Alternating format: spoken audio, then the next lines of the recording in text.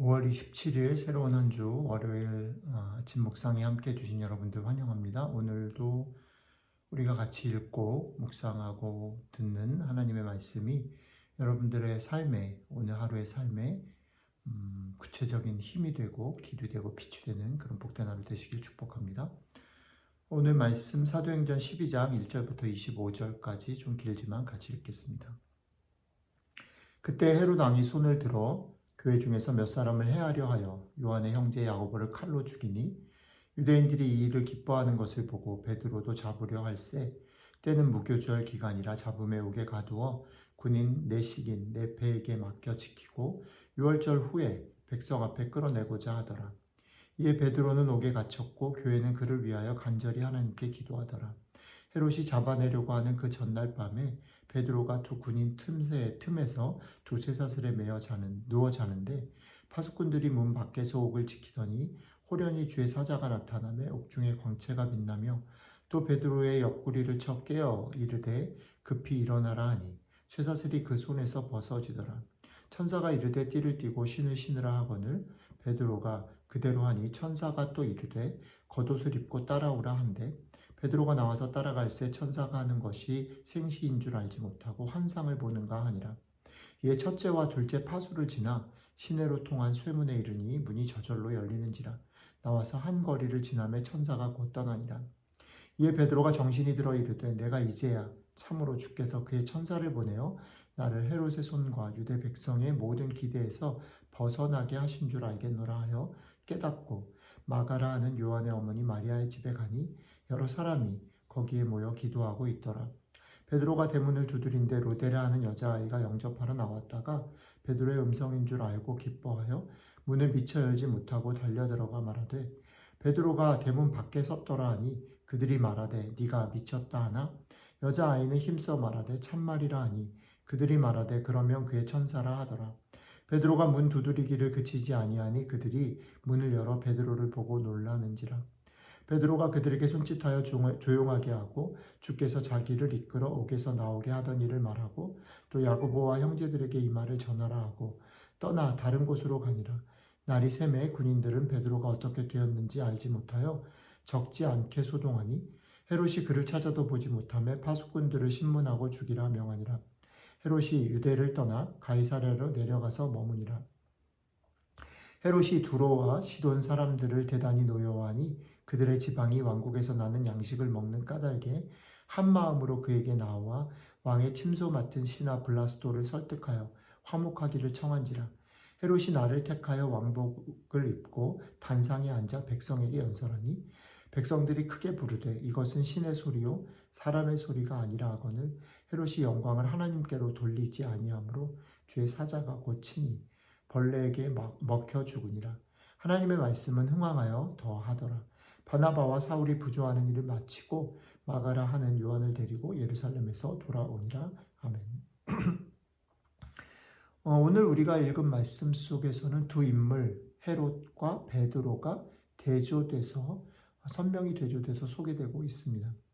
먼저 헤롯을 살펴보면 헤롯 왕은 야고보를 먼저 죽이고 유대인들이 기뻐하는 것을 보며 기대승등해서 베드로도 죽이려고 베드로를 옥에 가둡니다. 그런데 때마침 그때가 무교절이라 죽일 수는 없고 시간이 필요했죠. 그런데 헤롯이 기대하지 않았던 일들이 일어난 거죠. 천사가 베드로를 옥에서 풀어준 거죠. 그런데 이것은 헤롯 입장에서는 이해할 수 없는 것이에요. 그래서 무언가 소홀히 한 것을 들어서 파수꾼들을 혼내고 그들을 죽이게 되는 겁니다. 여전히 이 장면 속에서 헤롯은 자기의 기가 꺾이지 않는 거예요. 기세등등해서. 그래서 계속 이어지는 뒷부분에 헤롯 얘기가 뭐냐면 헤롯이 가지고 있는 힘 때문에 화해를 요청하기도 하고 헤롯이 가지고 있는 그 힘의 아첨에서 헤롯의 목소리를 신의 목소리인 것처럼 얘기하는 사람들, 그리고 그걸 듣고 귀와 눈이 멀어서 하나님께 돌릴 영광을 자기가 취하다가 결국 헤롯의 끝이 뭡니까? 벌레 먹어 죽는다라는 겁니다. 자, 이게 헤롯의 모습이고 베드로의 모습은 얼결에 야고보 죽고 베드로도 갇히게 되는 거죠. 그런데 재밌는 건 뭐냐면 이 이야기를 소개하고 있는 장면 속에서 베드로의 모습이 앞에 사도행전 앞부분에 등장했던 믿음으로 담대하게 성령을 힘입어서 복음을 전하고 기사와 이적을 베풀던 베드로의 모습과는 사뭇 다릅니다. 자기가 감옥에 갇혔지만 이미 야고보가 죽어서도 위축이 됐을 거고 자신의 죽음을 어쩌면 받아들이고 있는지도 모르겠습니다. 그래서 베드로의 모습 중에 하나는 천사가 그를 깨워서 데리고 나갔는데 그거를 어느 시간까지 환상이고 실제로 일어난 거라고 깨닫지 못하고 나중에 깨닫게 되는 거죠.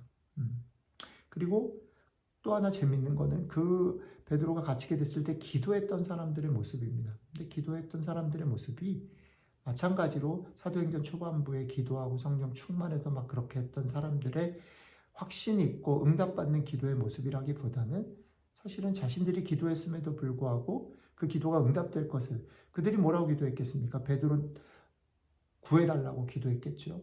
베드로 죽지 않게 해달라고 기도했겠죠. 간절히 기도했을 겁니다. 그런데 실제로 그런 일이 일어났을 때 그들이 믿지 못하고 오히려 그 여종을 미쳤다라고 얘기를 하는 그런 모습들, 그리고 실제로 그것을 설명을 들었음에도 불구하고 그건 베드로가 아니라 베드로의 천사, 환상이다라고 얘기를 하는 그들의 모습을 성경은 소개하고 있는 겁니다.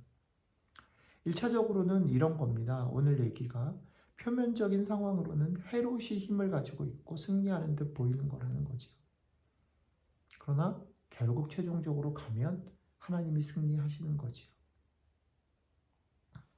그러니까 우리가 계속 말씀 나누는 것 중에 우리가 표면적으로 드러나는 것들에 주목하기보다는 그 뒤에 계신 하나님의 손길들을 바라볼 수 있는 분별력이 있었으면 좋겠다. 그게 믿음이다 라는 말씀인 거예요. 오늘도. 그런데 오늘 말씀은 그거보다 조금 더 깊게 들어갑니다.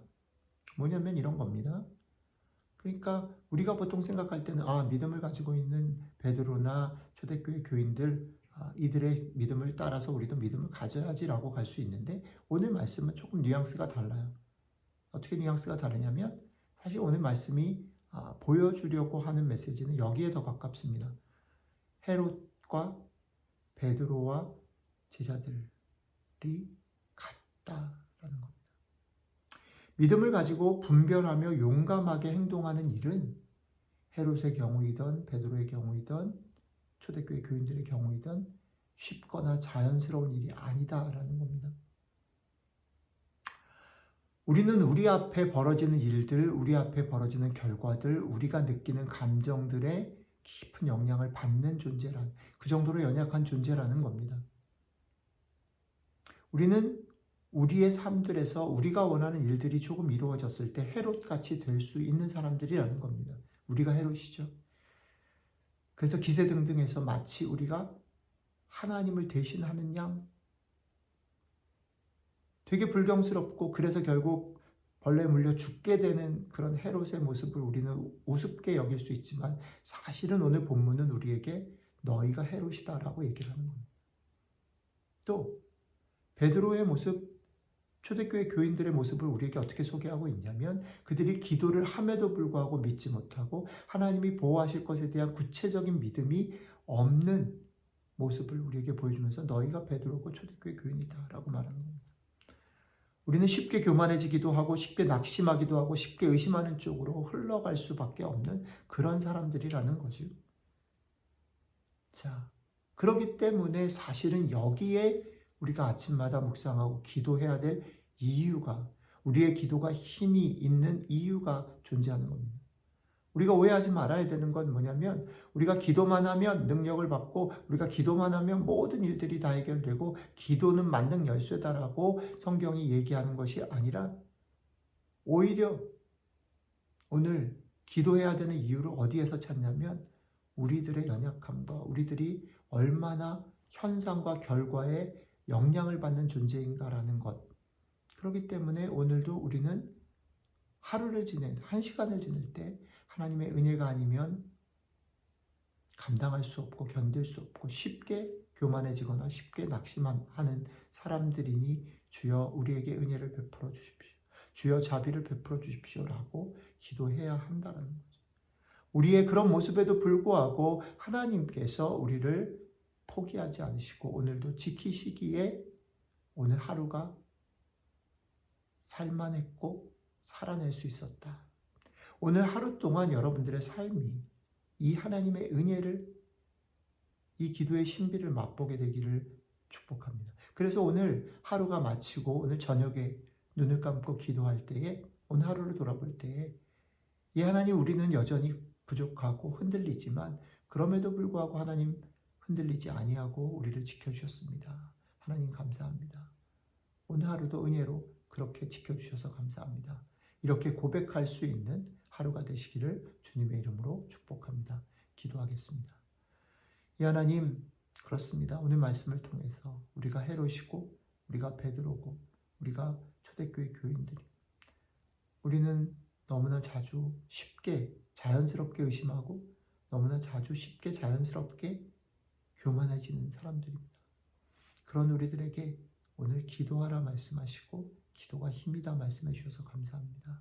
주의 은혜를 구하는 태도들, 겸손하고 간절한 태도들이 우리에게 있게 하시고 오늘 하루 우리들의 이런 연약한 모습에도 불구하고 하나님께서 오늘 하루도 우리에게 은혜를 베푸셨고 은혜를 치우시지 않으셔서 오늘 하루 살았습니다.